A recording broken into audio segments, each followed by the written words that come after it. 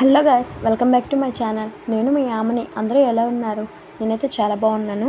So పైన అందరూ thumbnail చూశారు కదా, అందరికీ ఏమర్థమైందని వీడియోలో చెప్తాను లాస్ట్లో. మెయిన్ ఏంటంటే, చిన్నపిల్లలు ఎక్కువగా అందరి ఇంట్లో ఉంటారు కదండి.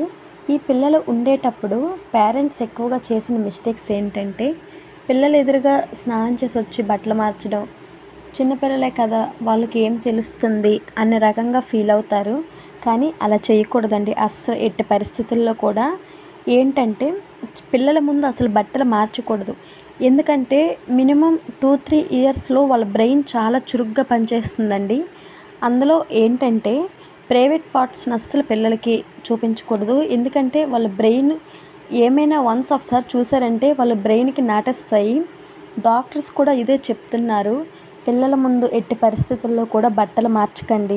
ఏదైనా సైడ్కి వెళ్ళి పిల్లలు చూడని ప్రదేశంలో డోర్ లాక్ చేసుకొని బట్టలు అయితే మార్చుకోండి అని అయితే డాక్టర్లు చెప్తున్నారు. డాక్టర్సే కాదండి, ఇది ఎక్కడ అందరూ ప్రతిదీ సహజంగా చెప్తారు. ఎందుకంటే చిన్నపిల్లల మైండ్ పెద్దవాళ్ళ కన్నా చాలా చురుగ్గా పనిచేస్తుంది. అది ఎంత చురుగ్గా పనిచేస్తుందంటే, ఒకసారి వాళ్ళు ఏం చూసినా సరే వాళ్ళ మైండ్లో ఉండిపోతాయి. మీరు చేసినట్లుగా చూసి నెక్స్ట్ డే వాళ్ళు కూడా అదే చేస్తారు. అంటే అలా అర్థమైంది అనుకుంటాను అందరికీ కూడా. సో దయచేసి ఎట్టి పరిస్థితుల్లో కూడా పిల్లల ముందు బట్టలు మార్చకండి.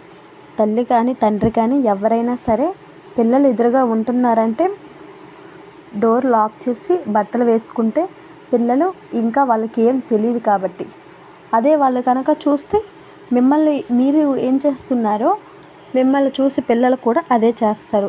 సో ఓకే గైస్, దయచేసి పిల్లల ముందైతే ఎవరూ చేయకండి.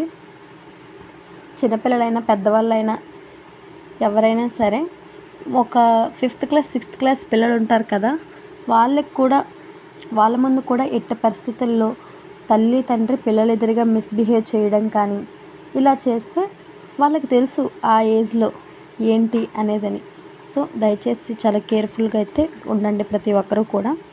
మెయిన్ ఏంటంటే, పేరెంట్స్ ఎంత కేర్ తీసుకుంటే పిల్లల ఫ్యూచర్ అంత బాగుంటుంది.